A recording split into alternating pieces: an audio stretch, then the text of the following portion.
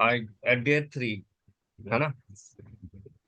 अगर किसी तरह का कोई जी प्रॉब्लम है अभी तक के इंटेलिजेंट में काम करने में या फिर प्रोग्रामिंग में, अगर आपने कोडिंग किया होगा तो 5 मिनट्स रिव्यू कर लेते हैं, है ना, रिकैप कर लेते हैं, रिव्यू नहीं रिकैप कर लेते हैं एक्चुअली। ठीक है। ठीक है सर। तो अगर यहाँ पे मैंने अर्थमेटिक ऑपरेटर लिया है, ये बेसिक ऑपरेटर है ना, जो कि हम लोग जी 1 to 5 में इसका बहुत ज्यादा प्रैक्टिस करते हैं। जो बेसिक स्कूल्स में हम जब जाते हैं तो 1 to 5 क्लास में इसको हम लोग बहुत ज्यादा यूज करते हैं। ये नॉर्मल है, एडिशन, सब्सट्रैक्शन, मल्टीप्लिकेशन, डिवीजन है।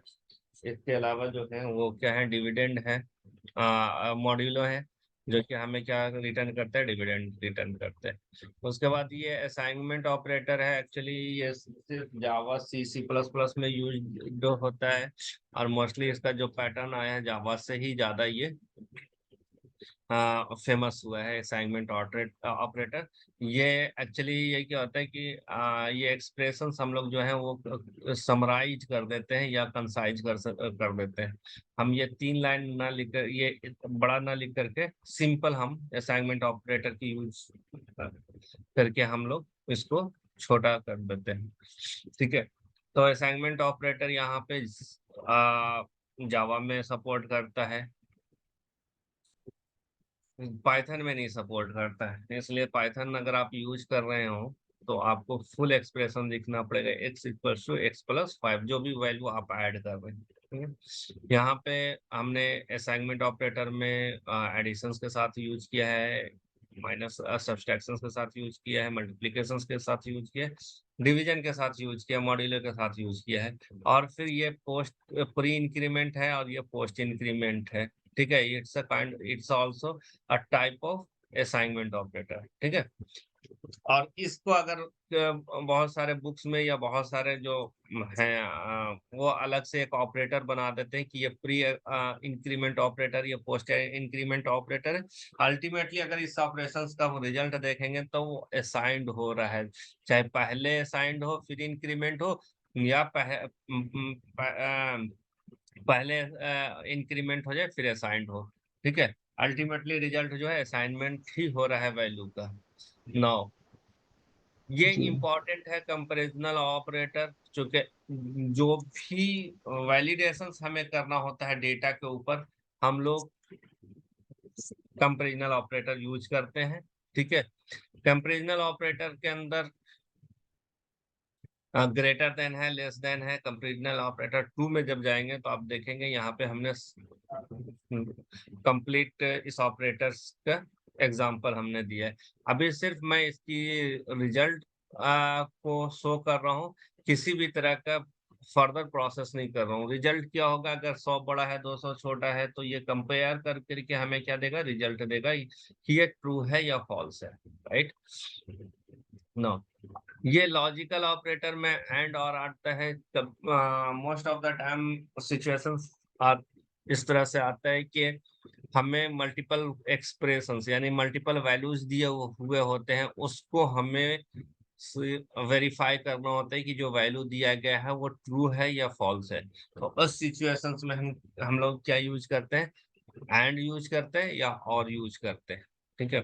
समटाइम्स ऐसा होता है कि हमें चेक करना होता है, ऐसी पॉसिबिलिटीज भी आती है, और ऐसा सिचुएशंस भी आते हैं कि हमें ट्रू को फॉल्स करना है, क्योंकि हमें ट्रू वैल्यू मिल रहा होता है, फॉल्स वैल्यू नहीं मिल रहा होता है। ठीक है। जैसे इन केस ऑफ ऑटोमेशन के केस में, अगर आप अभी जो रिएक्ट जेएस की एप्लीकेशंस है उसमें अगर आप देखेंगे स्पेशली चेक बॉक्स, जब अगर चेक बॉक्स को चेक करेंगे तो वहां उसकी जो एट्रीब्यूट होगी चेक्ड होगा, लेकिन अनचेक्ड के केस में क्या होगा, वो ये नहीं होगा कि अनचेक्ड होगा। ठीक है। वहां पे अनचेक्ड नहीं होगा, सिर्फ चेक्ड होगा, यानी कि चेक्ड रिप्रेजेंट्स कि वो सिलेक्टेड है, और अगर सेलेक्टेड नहीं है तो उसके लिए कोई एट्रीब्यूट्स नहीं आएगा। तो उस केस में हम लोग क्या यूज करते हैं, नॉट यूज करते हैं, कि नॉट अनचेक्ड। ठीक है। वो वैल्यू ही नहीं प्रेजेंट हो, अनचेक्ड वैल्यू प्रेजेंट नहीं होगा। ठीक है। तो हम इस तरीके से इंटरप्रेट करते हैं सिचुएशंस को, कि हमें किस जगह पे किस तरह का ऑपरेटर्स यूज करना है। आप या तो ऑटोमेशंस कर रहे हैं या सॉफ्टवेयर डेवलपमेंट में हो। ओके, ऑटोमेशंस आप कर रहे हो या सॉफ्टवेयर डेवलपमेंट कर रहे हो, जो ये बेसिक ऑपरेटर यहाँ पे arithmetic operator, assignment operator, comparisonal operator और लॉजिकल ऑपरेटर, इसके बियॉन्ड कोई ऑपरेटर यूज नहीं होता है। ये भी एक ध्यान में रखिएगा इसको। तो जितने अच्छे से इसका प्रैक्टिस कीजिएगा आपके लिए उतना ज्यादा बेटर होगा। और मोस्ट ऑफ द एक्सप्रेशंस जो स्टार्ट होता है ये आपकी कंपैरिजनल ऑपरेटर से ही स्टार्ट होता है, कंडीशनल ऑपरेटर से ही स्टार्ट होता है। कंपैरिजनल को कंडीशनल ऑपरेटर भी बोलते हैं, लेकिन इसकी बेसिक जो नेम है वो कंपैरिजनल ऑपरेटर ही है। फर्दर मैं इसे कंडीशनल ऑपरेटर बोलूं इस ख्याल से कि कल आप कंडीशंस के कंडीशंस में इस ऑपरेटर को यूज कर रहे हैं, तो मेरे हिसाब से और अगर आप जो अच्छे राइटर्स हैं उनके बुक पढ़ेंगे तो उन्होंने इसको कंडीशनल ऑपरेटर यूज नहीं बोला है, उन्होंने कंपैरिजनल ऑपरेटर ही। लेकिन थोड़ा सा कॉन्फ्लिक्ट है, इसको आप कम कीजिएगा क्योंकि आपको काम करना है। ठीक है, नाउ होपफुली ये आपको रिकैप हो गया होगा। तो मैं आज चलता हूँ डे 3 में। ठीक है, डे 3 में मैं कुछ बेसिक चीजें आपको बताऊंगा, लाइक कुछ हैंड्स ऑन एक्सपीरियंस हो जाए किसी एक दो छोटे छोटे प्रोग्राम से, उसके बाद मैं फिर मूव करूंगा नेक्स्ट। ठीक है, तो मैं यहाँ पे बेसिक एग्जांपल करके एक बना रहा हूँ, बेसिक एग्जांपल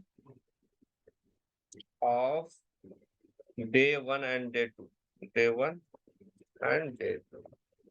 ठीक है, जैसे मैंने ऐड किया था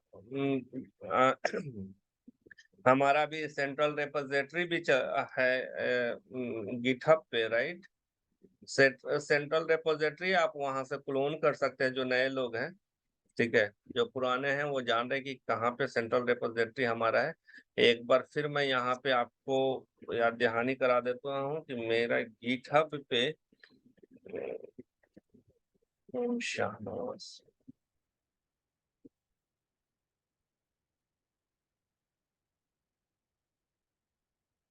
ये गिटहब पे हमारा रिपोजिटरी है, राइट। यहाँ पे हमारा ऑटोमेशन वीकली बैच के नाम से ये रिपोजिटरी है। और यहाँ पे जो भी हम लोग क्लासेस लेते हैं इमीडिएट हम लोग कमिट कर देते हैं, ताकि आपको पूरे वीक में, ठीक है, आपको समझ आ जाए। इसलिए मैंने यहाँ पे डे 1 डे 2 के नाम से रखा है ये नाम, ताकि आप इजीली रेफर कर सके कि सेशन वाइज, बिकॉज ये बिल्कुल ऑर्गेनाइज्ड होगा। और इसी के अकॉर्डिंगली आप क्या करेंगे, हमारे यूट्यूब चैनल पे जाएंगे। ठीक है, यहाँ पे कैश आईटी ट्रेनिंग हब में जाएंगे, और यहाँ पे जब आप जाएंगे तो यहाँ पे जावा के नाम से एक प्ले लिस्ट है। ठीक है ना, जावा के नाम से प्लेलिस्ट है, जावा ऑटोमेशन के नाम से प्लेलिस्ट है। उसको भी मैंने यहाँ पे क्या किया है, उसी क्लास 1 क्लास 2 डे 1 डे 2 के नाम से किया है। तो आप इजिली इसको क्या कर सकते हैं, रेफर कर सकते हैं गिटहब रेपोजिटरी के साथ और इस वीडियो के साथ। इसके बेनिफिट क्या होगा कि अगर आपको गिटहब पे नहीं समझ में आ रहा है तो वीडियो को रेफर कर लेंगे, अगर वीडियो को नहीं समझ में आ रहा है तो गिटहब को रेफर कर लेंगे कि हाँ इसमें कौन सा प्रोग्राम है। क्योंकि अगर आप वीडियो को देखेंगे तो हो सकता है कि प्रोग्राम आप उतने देर में टाइप नहीं कर सके, तो यहाँ से कॉपी पेस्ट कर लें। तो इसलिए मैंने सिंक्रोनाइज रखा हुआ है। ठीक है, आपके को इजिली समझ में आए, मेरा सिर्फ मकसद ये है कि इजिली समझ में आए। Now move to the main class. PSVM देते हैं चूंकि हम सनाज लोग। भाई, हाँ जी। एक चीज, हम लोग एक्चुअली ना गिटहब में जो मेरा प्रॉब्लम हो रहा है कि वो पुश नहीं कर पा रहे हैं। फर्स्ट टाइम वो पुश हुआ, उसके बाद नहीं कर पा रहे हैं। आप आपका पुश नहीं हो पा रहा है, एक सेकंड। आपने पुश किया होगा तो किस नाम से पुश किया होगा? हम ब्रांच। अपना खुद का अपना रिपोजिटरी हम बनाए हैं, इसमें नहीं पुश कर रहे हैं, हम अपना खुद का अच्छा, एक रिपोजिटरी तो बनाए हैं। देखिए जिनको भी इस पे, इस प्रोजेक्ट पे मॉडिफिकेशंस करना है, ठीक है, तो सबसे पहले क्या करेंगे आप, इस रिपोजिटरी पे जाएंगे और कोड जो है यहाँ से कोड पे क्लिक करेंगे, ये जो एरो बटन है यहाँ पे HTTPS आ जाएगा, जी HTTPS जी। को यहाँ से कॉपी कर लेंगे और आप जाएंगे कोई एक नया ओपन करेंगे, फाइल में जाएंगे, ठीक है, न्यू में जाएंगे, एक सेकंड, PSVF, ठीक है, आप फाइल में नहीं, जाएंगे, वो न्यू में वो तो जाएंगे। क्लोन कर चुकी, क्लोन की नहीं बात कर रहा हूँ मैं, जैसे मैं अलग से रिपोजिटरी बनाया हूँ जहाँ पे हम प्रैक्टिस कर रहे हैं, तो उसको मैं अगर डेली बेसिस पे अगर पुश करना चाहेंगे हाँ हाँ, तो तो वहाँ पुश पे करने ही के, हम्म, हाँ आप बोलिए वहाँ बोलिए। पे मेरा दो ब्रांच शो कर रहा है, समझ गए? हम्म। एक मेन और एक मास्टर, तो मास्टर में पुश कर रहे हैं तो वो पुश नहीं हो रहा है, मेन में भी कर रहे हैं तो नहीं हो रहा है। अब डे एंड में एक बार थोड़ा देख लीजिएगा ना क्या एरर है, फहीम भाई का भी सेम इश्यूज हो रहा था, आई थिंक मेरा भी सेम। ओके, जब आपने दो ब्रांच बनाया हुआ है तो एक्चुअली यहाँ पे देखिए मेरा मास्टर ब्रांच है, राइट, सिर्फ अगर मैं हम्म। एक और ब्रांच बनाता हूँ तो आपको जब पुश कर रहे होंगे तो उस ब्रांच को सिलेक्ट करना होगा जिस ब्रांच पे आपको को पुश करना है, ठीक है, और जी एट लास्ट क्या करना पड़ेगा, आपको मर्ज करना पड़ेगा इनटू द मास्टर, अगर मास्टर को आपने मेन ब्रांच रखा हुआ है, ठीक है, तो उसको मर्ज हाँ, करना पड़ेगा वही वही मर्ज। कंफ्यूजन है कि कौन सा मेरा मेन ब्रांच है, कौन सा, क्योंकि वहाँ पे दो शो कर रहा है। हाँ, तो एक्चुअली दो है ना, मास्टर और मेन है, तो आप मास्टर को बना लीजिए, आप आपका जो मेन है, ठीक है, और जी मेन जी। पे आप क्या करें, आप अपना पुश करें, और अल्टीमेटली हाँ चूंकि यहाँ पे रिक्वायर्ड नहीं होगा पुल रिक्वेस्ट क्रिएट करने का, चूंकि आप ही एक सिंगल पर्सन है जो इसके साथ पुश एंड पुल कर रहे हैं, राइट, तो वन जी जी। साइडेड चल रहा है, अगर मल्टीपल यहाँ पे यूजर्स होते तो पुल रिक्वेस्ट क्रिएट करता है, और पुल रिक्वेस्ट क्रिएट करने के बाद वहां पे कन्फ्लिक्ट आपका आता है, कॉन्फ्लिक्ट को आप या तो आप अपने लेवल पे, यानी कि इंटेलिजे या एक्लिप्स पे आप, या फिर गिट के साथ तो उसको कॉन्फ्लिक्ट को चेक करते और फिर जी फाइनल पुश करते, ठीक है, जी लेकिन आप जी। वन वन हैंडेड है तो आप किसी एक पे भी आप करेंगे और आपको स्विच करना पड़ेगा, यहाँ पे जैसे देखना होगा, कमिट करेंगे तो इस जगह पे नहीं आएगा, अगर मास्टर के अलावा कोई दूसरे ब्रांच पे अगर आप कर रहे हैं तो यहाँ पे आपकी कंट्रीब्यूशन मतलब ये हाईलाइट नहीं होगा, ठीक है, लेकिन अगर आप रिपोजिटरी के अंदर जाएंगे और ब्रांच को स्विच करेंगे, जैसे मास्टर है और मेन पे स्विच करेंगे तो आपको कोड दिखेगा कि आपने ये कोड मेन पे सबमिट किया है, अच्छा जी। ओके, तो यहाँ पे जी चेंज करना पड़ेगा, यहाँ पे चेंज करना पड़ेगा, क्योंकि मेरे पास एक ही है ब्रांच, तो मैं एक ब्रांच है, ठीक है, और आप यहाँ से व्यू ऑल कर सकते हैं, ठीक है, व्यू जी। ऑल, जैसा यहाँ पे ब्रांच आ रहा है ना, ब्रांच में व्यू ऑल करेंगे तो वो आपके सारे ब्रांच दिखा देंगे, और आप उसको स्विच कर सकते हैं मेन पे चेक कर लें कि हाँ कौन से ब्रांच पे आपका है, जैसे फॉर एग्जांपल मेरे पास एक ब्रांच एक है, आई थिंक कुकुम्बर जावा। मैं स्क्रीन शेयर करूँ, मैं थोड़ा दिखा दूँ आपको लाइव कि क्या एक कुछ सेकंड कर में रहे हैं। एक सेकंड में ये करता हूँ, देखिए मेरे पास, देखिए यहाँ पे मेरे पास इस रिपोजिटरी में 4 ब्रांचेज है, राइट, देखिए जी यहाँ जी। पे टेब है, न्यू फीचर है, फीचर 1 है, तो मैं यहाँ से 4 ब्रांचेज पे क्लिक किया, जब मल्टी आ रहा है तो मैं यहाँ से देख सकता हूँ कि मैंने डेप पे क्या ये किया था, मैंने डेप पे मेरा क्या है डेटा, ठीक है, देखिए जी डेप जी। डेप वाले ब्रांच पे मेरा 44 कमिट्स है, ठीक है, जी टोटल कमिट्स 163 है, लेकिन डेव पे हमने कितने किया है, 44 कमिट्स किया है, हमने कोई पुल जी रिक्वेस्ट नहीं बनाया, क्योंकि मैं ही सिर्फ आके खुद मैं कर रहा हूँ, इसमें कोई और पार्टिसिपेटर नहीं है जो कि मेरे कोड को मॉडिफाई करे, क्योंकि अगर मेरे कोड को कोई मॉडिफाई करता है मीन्स क्लोन करते हैं, टीम में जी काम कर रहे हैं, ठीक है, जी। तो आपकी अलग कोडिंग होगी, मेरी अलग कोडिंग होगी, अब ये जो जी कोड एक्सटेंड कर गया है, है ना।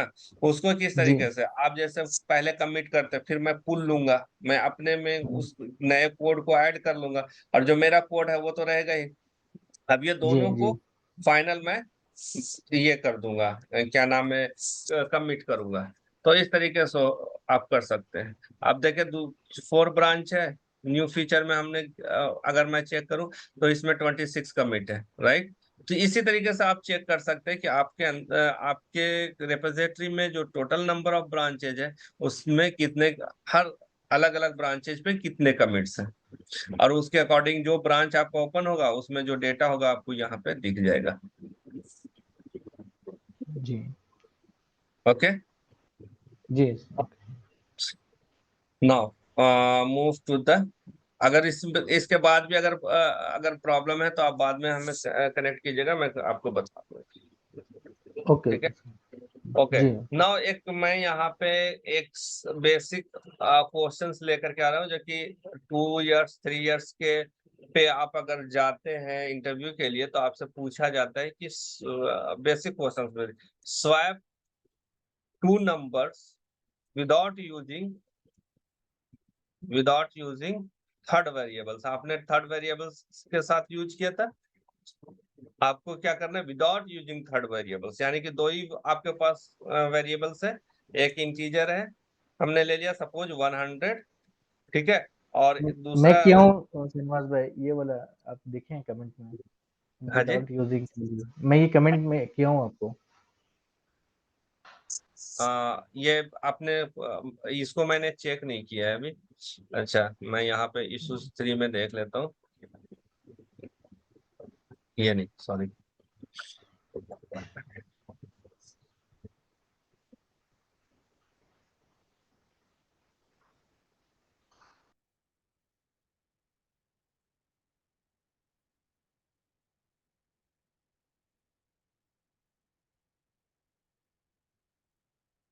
ये है P&Q, ये ना, जी जी ये सर। ये आपने जो जी। यूज किया है that using the third variables, है ना।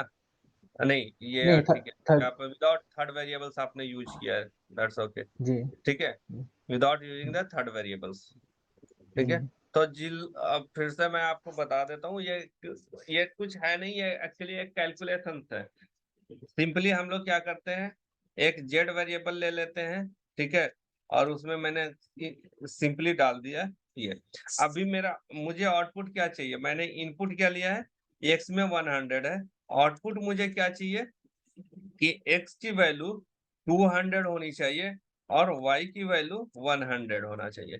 तो मैंने क्या किया कि एक थर्ड वेरिएबल्स लिया जेड, और उसमें असाइन कर दिया जेड इक्वल्स टू 1 एक्स, ठीक है।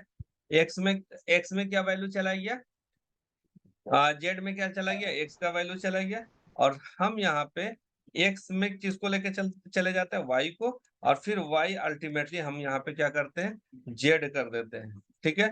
ये सॉर्ट कीजिएगा, आफ्टर स्वैप, आफ्टर स्वैप क्या है आपका, एक्स इक्वल्स टू, है ना, कॉमा एक्स, अच्छा, and Y equals to Y, ठीक है। ये आफ्टर स्वैप है, और बिफोर स्वैप दिखा देते जिससे ज्यादा कि आपको क्लियर हो जाएगा। यहाँ पे ऑपरेशन से पहले बिफोर स्वैप एक्स की वैल्यू क्या है, और आफ्टर स्वैप, ठीक है।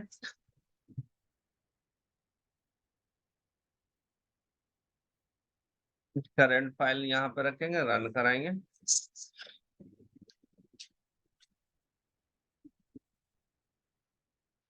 ठीक है। बिफोर स्वैप एक्स की वैल्यू 100 थी, वाई की वैल्यू 200 थी, आफ्टर स्वैप एक्स की वैल्यू भी 100 है, वाई की वैल्यू जेड इक्वल्स ऑक्स,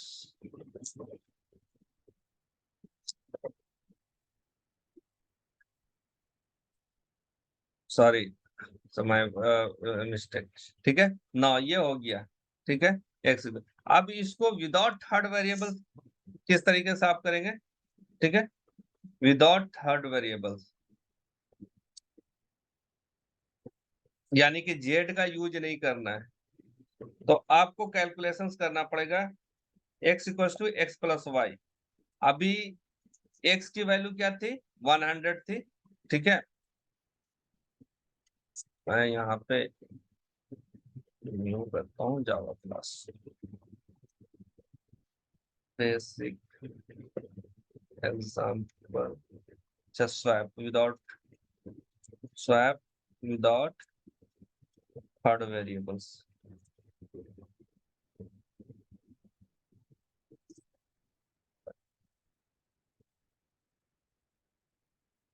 ठीक है, इंटीजर का हमने ले लिया, इंटीजर x इक्वल टू, और num1 ले लेता हूं मैं, ठीक है, 500। इंटीजर num2 ले लेता हूं 1000, ठीक है। अब मैं यहाँ पे क्या कर रहा हूँ कि num1 के अंदर फिर से असाइन कर रहा हूँ, num1 में क्या असाइन कर रहा हूँ, num1 प्लस num2। अच्छा, ये पॉसिबल क्यों है, ये जरा बता सकते हैं अनवर साहब कि हाउ इज इट पॉसिबल? अगर रियल लाइफ में तो ऐसा पॉसिबल नहीं है ना, कि अगर मेरे पास एक कंटेनर में दूध है और दूसरे कंटेनर में तेल है, इज इट पॉसिबल कि मैं विदाउट थर्ड लिए हुए इस कंटेनर की डेटा को मैं एक्सचेंज कर सकूं? रियल लाइफ में ये पॉसिबल है? नहीं, रियल लाइफ नहीं। में इवन अगर मेरे पास बड़ा कंटेनर भी है तो मैं नहीं कर सकता हूँ, है ना? जी जी। ठीक है ना, यहाँ पे इसलिए पॉसिबल है कि ये जो असाइनमेंट ऑपरेटर है प्लस जो इक्वल्स टू का जो रोल है, ये बड़ा क्रूशियल है। क्रूशियल इन द सेंस कि ये बोलते हैं कि ये जो इसकी जो रोल है ना, ये प्रेसिडेंस पे है, प्रेसिडेंस कि किसकी प्रेसिडेंस कितनी है। यानी कि अगर मैं यहाँ पे नम यूज कर रहा हूं तो पहले ये राइट ऑपरेशंस परफॉर्म होगा, तब इसमें असाइनमेंट होगा। ठीक है, राइट टाइप का जो ऑपरेटर एंड ऑपरेंड है वो पहले हमारा परफॉर्म करेगा जेवीएम के अंदर, फिर असाइन करेगा, इसीलिए ये पॉसिबल हो पाता है।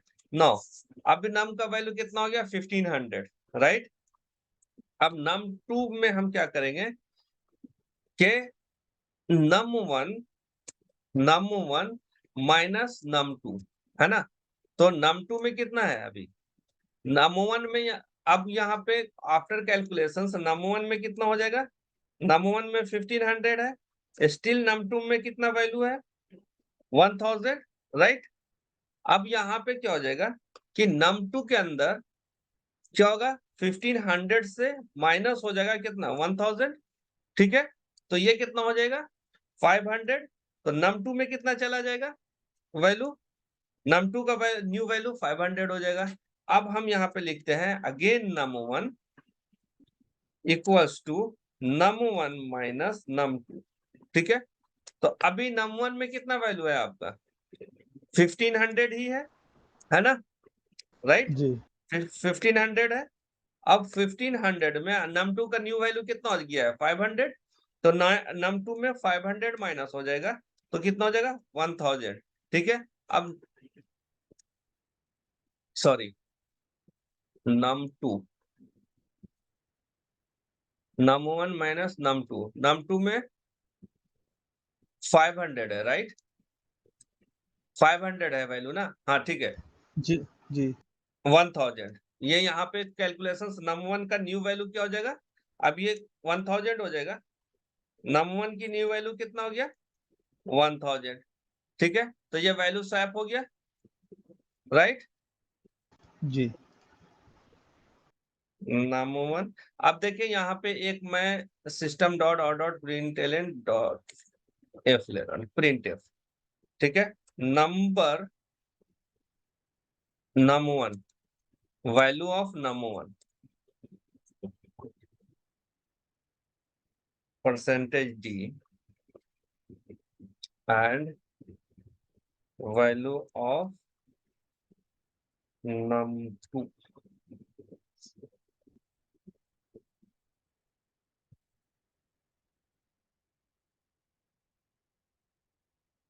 परसेंटेज डी, कॉमा यहाँ पे ले लेता हूँ नम1 कॉमा नम, ठीक है। ये फॉर्मेट हमने system dot out dot println के फॉर्मेट, ये प्रिंट एफ यूज कर रहा हूँ, that is F stand for format. तो मैं इस तरीके से फॉर्मेट यूज कर देता हूँ। ये जो कन्वेंशन जो है, ये कन्वेंशन यूज होता है पाइथन में और सी में, परसेंटेज जी परसेंटेज एफ।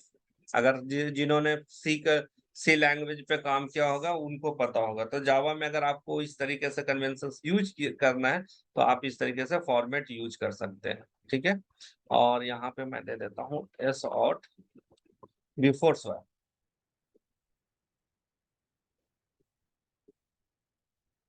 वैल्यू, और मैं यहाँ पे हिंड कर देता हूँ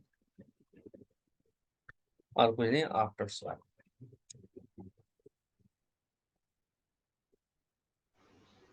परसेंटेज डी क्या डिनोट कर रहे हैं? क्या परसेंटेज डी जो लिखे हैं वो क्या डिनोट कर रहे हैं? ये परसेंटेज डी रिप्रेजेंट करता है इंटीजर वैल्यू। अगर कोई फ्लोट वैल्यू यहाँ पे असाइन कर रहे हैं और यहाँ पे अगर हमें शो करना है उस वैल्यू को तो एफ लिखेंगे, ठीक है। अच्छा जी।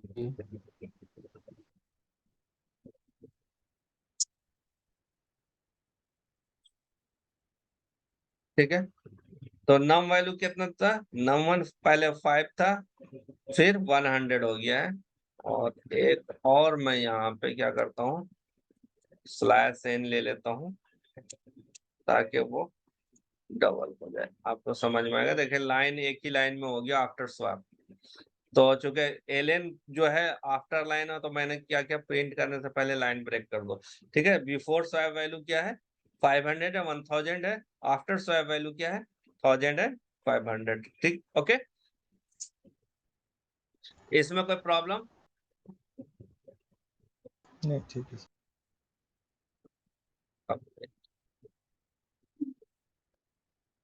ओके, नाउ अब आप जैसे फॉर एग्जांपल आप किस तरह का प्रोग्राम कर सकते हैं, ठीक है। प्रोग्राम आप कर सकते हैं, सिंपल इंटरेस्ट का प्रोग्राम कर लीजिए, ठीक है। कंपाउंड इंटरेस्ट का प्रोग्राम आप बना सकते हैं, यानी कि जो बेसिक आपने 8, 9, 10th में जो मैथ है वो उसको कन्वर्ट कर सकते हैं, वो पूरी की पूरी कन्वर्ट कर सकते हैं आप बेसिक प्रोग्राम के अंदर, ठीक है। मैं सिर्फ वही चीज यहाँ पे टच करूंगा जो मोस्टली ये पूछते हैं, इंटरव्यू में पूछते हैं, ठीक है। ओके, नाउ अभी तक के हम लोग ने जो प्रोग्राम बनाया है, इसमें जो प्रोग्राम हमने बनाया वहां पे हमने मेन स्टार्ट किया। Almost it is not following, although ये फॉलो कर रहा है ऑब्जेक्ट ओरिएंटेड को, लेकिन अभी तक के हमने कोई भी ऐसा स्टेप्स नहीं लिखा है जिसमें ऑब्जेक्ट ओरिएंटेड का कोई आपको ग्लिम्पसेस या झलक मिले, राइट। जो अगर आप लोग ने सी प्लस प्लस पढ़ा होगा तो वहां पे सिर्फ एक इंक्रीमेंट ये है कि वहां पे हम लोग क्या यूज करते थे, डायरेक्टली मेन फंक्शंस यूज करते थे, उसके अंदर सी और सीन कर दिए, या प्रिंट एफ स्कैनफ यूज कर लेते थे डेटा इनपुट और आउटपुट, राइट। अगर उस लिहाज से कंपेयर करें सी प्लस प्लस को जावा के साथ, तो यहाँ पे मैंने कुछ ऐसा नहीं किया है जो मैं बोल सकूं कि हाँ ये जावा ऑब्जेक्ट ओरिएंटेड प्रोग्रामिंग है, सवाए सिर्फ एक क्लास का। और वो ये भी एक क्लास सिर्फ मैंने मेन को रैप अप किया है ना। जिस तरीके से आप चॉकलेट को प्लास्टिक के अंदर रैप अप करते हैं, उसी तरीके से अगर आप इसको देखें टेक्निकल आंखों से तो आपको ये पता चलेगा कि ये सिर्फ मैंने रैप्ड किया है, ठीक है। इसके अंदर मैंने लिखा है, रैप्ट करने का मतलब इसको अंदर रखा है क्लास के अंदर, लेकिन ऐसा कोई भी स्टेप्स हमने यहाँ पे यूज नहीं किया है जो कि ऑब्जेक्ट ओरिएंटेड के कंसेप्ट को फॉलो करता हो, राइट। नाउ सबसे पहले ऑब्जेक्ट ओरिएंटेड में हमारा जो कंसेप्ट है वो किस चीज का है, मैं ओपन कर रहा हूँ, क्लासेस एंड ऑब्जेक्ट का, ठीक है। क्लासेस एंड ऑब्जेक्ट का, तो क्लास क्या होता है, ऑब्जेक्ट क्या होता है, एक्चुअली एवरीथिंग इज ऑब्जेक्ट, ठीक है। इन द रियल लाइफ अगर आप गॉड को मानते हैं, अल्लाह को मानते हैं, भगवान को मानते हैं, तो everything is object, according to the Java developers, according to the science, everything is object. और ऑब्जेक्ट होने के लिए दो चीजें जो है क्या होना चाहिए, एग्जिस्ट करना चाहिए किसी भी पार्टिकल्स में और किसी भी एक्सेसरीज के अंदर या फिर लाइव थिंग्स और नॉन लाइव लिविंग थिंग्स में। क्या है, एक तो उसकी प्रॉपर्टीज दिखनी चाहिए, एट्रीब्यूट्स, एंड दूसरा बिहेवियर। जैसे अगर मैं एक एग्जांपल लेता हूं कैट का, कि तो कैट को मैं ऑब्जेक्ट इसलिए बोल रहा हूं कि उसके अंदर ये दोनों प्रॉपर्टीज आपका एग्जिस्ट कर रहा है। कि कैट का हम ये देख सकते हैं कि उसकी कलर क्या है ना, कैट के कितने आंख हैं, कितने नाक हैं, ये क्या है, उसके एट्रीब्यूट्स है। जो काउंटिंग है, जो नॉन्स है, दैट इज एट्रीब्यूट्स, राइट। और उसके बाद उसके अंदर की जो फंक्शंस है, जो वर्ब्स है, उसको हम लोग बोलते हैं बिहेवियर। ठीक है, तो नाउ कैट क्या कर सकती है, can speak, can walk, can eat, right.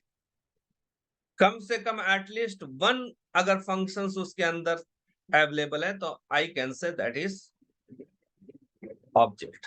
ठीक है, नाउ जब हम, ये तो रियल लाइफ की सिनेरियो थी, जब हम इंडस्ट्री के अंदर आते हैं, ठीक है, तो एक कार नॉन लिविंग थिंग्स है, राइट। अब उसके उसका जब हम एट्रीब्यूट्स चेक करते हैं तो हम ये पाते हैं कि उसके number of seats, number of gates, number of wheels, number of engines, ठीक है, number of brakes, number of doors, ये क्या हो गए, उसके एट्रीब्यूट्स हो गए। यूनिकली आइडेंटिफाई के लिए इंजन नंबर होता है, मॉडल नंबर होता है, हर कंपनी की हर यूनिकली आइडेंटिफाई होती है। अल्लाह आपके जो गॉड्स हैं वो उन्होंने भी बोला है कि भाई हमने जितने भी ऑब्जेक्ट बनाए हैं सब यूनिकली आइडेंटिफाइड है। ठीक है, जो कि आज हम प्रूफ कर सकते हैं बाय यूजिंग द डीएनए और मॉडर्न साइंस में, है ना, कि हर बंदे का, हर आदमी का डीएनए यूनिक है।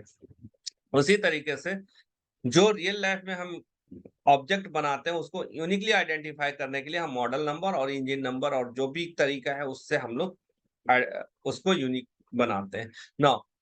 तो यहाँ पे मैंने कार का यूनिकनेस बता दिया, आपको एट्रीब्यूट्स बता दिया, उसकी फंक्शंस क्या है, वो रन कर सकता है, वो स्टॉप हो सकता है ना, वो बंदे को कैरी कर सकता है, एक्सीडेंट हो सकता है, दीज आर द फंक्शंस, है ना। कुछ हिडन बिहेवियर होता है, कुछ दिखने वाला बिहेवियर, जैसा एक्सीडेंट वो हिडन है, कब आपका ब्रेक फेल हो जाए और एक्सीडेंट हो जाए that is up to you, और वो लेकिन वो एक फंक्शंस है ना, और इससे आप उसको कोई डिनाई नहीं कर सकता।